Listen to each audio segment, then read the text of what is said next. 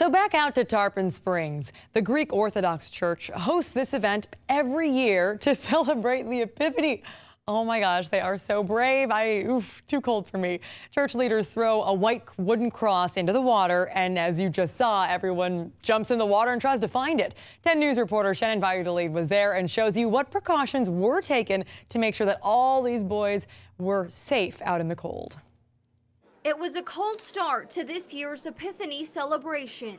I'm freezing. My hands are like ice. But that didn't stop people from getting there early to get the perfect spot. Many used jackets, blankets, gloves, and coffee to keep them warm as temperatures hovered around the 30s and 40s. Inside the water, it was much colder. 18-year-old Christian Chris Sakes, this year's Epiphany Cross winner, says his adrenaline was so high the cold didn't bother him.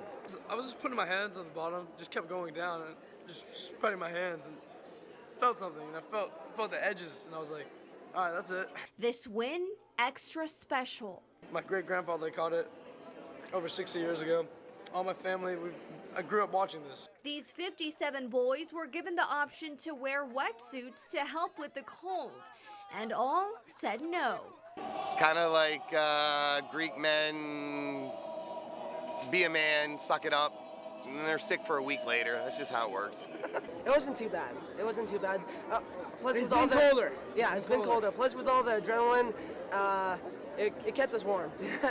With this year's event being much colder, event organizers took precaution, not only offering the boys thermal towels, but there was also many paramedics on site just in case they showed any signs of hypothermia.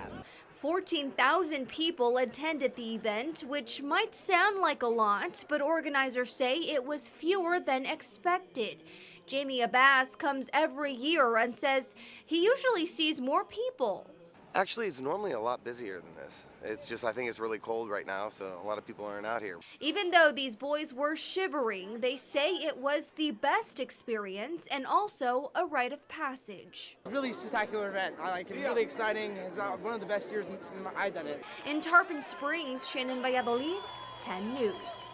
Man, they are very brave. Again, I know the water was probably warmer than the outside temperature, but still, major props to those boys. Now, some boys have dropped out in the past due to cold weather, but apparently this year, none did.